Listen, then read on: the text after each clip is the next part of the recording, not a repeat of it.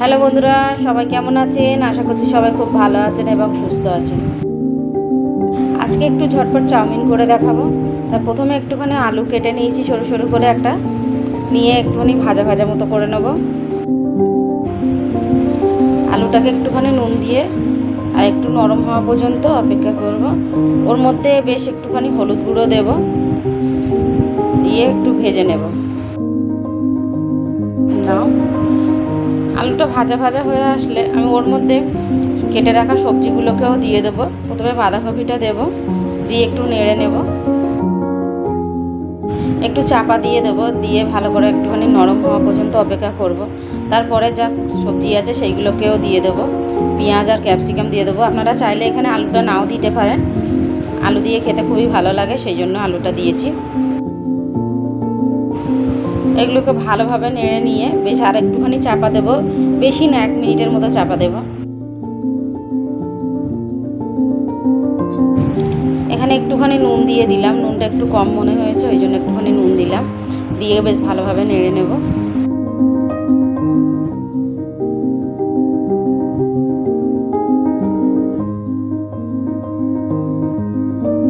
এবার মিডিলটাকে ফাঁকা করে দিয়ে ওর মধ্যে একটা ডিম ভেঙে দিয়ে দেবো।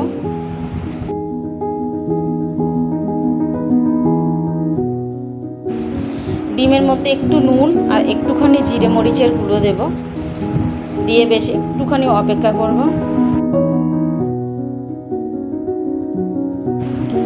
ডিমটাকে একটু ভালোভাবে খেলিয়ে দেবো, দিয়ে ভাজা করে নেব।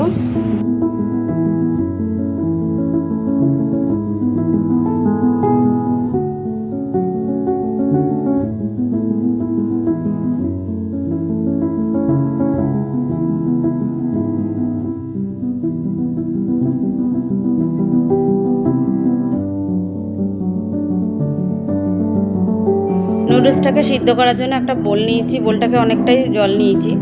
এবার জলটা একটু গরম হওয়া পর্যন্ত বা ফোটা পর্যন্ত অপেক্ষা করব। তার মধ্যে অবশ্যই 1 চামচ নুন দিয়ে দেবো আর একটুখানি সাদা তেল দেব।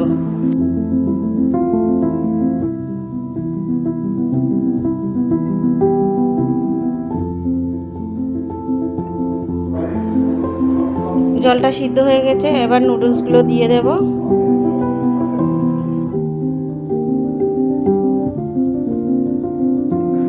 নুডলসটা সিদ্ধ হয়ে গেলে হাত দিয়ে চেপে দেখে বুঝতে পারবেন হয়ে গিয়েছে। আমি এবারে ঠান্ডা জল দিয়ে ধুয়ে নেবো ভালো করে। আবারও ভাজাটা বসিয়ে দিয়েছি, দিয়ে ওর মধ্যে এবার নুডলসগুলোকে সব ঢেলে দেবো।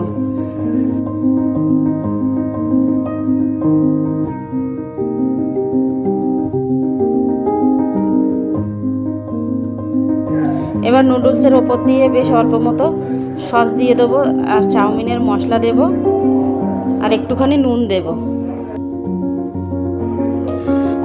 আমার রেসিপি যদি ভালো লেগে থাকে অবশ্যই আমার চ্যানেলটাকে সাবস্ক্রাইব করবেন আর লাইক করতে ভুলবেন না।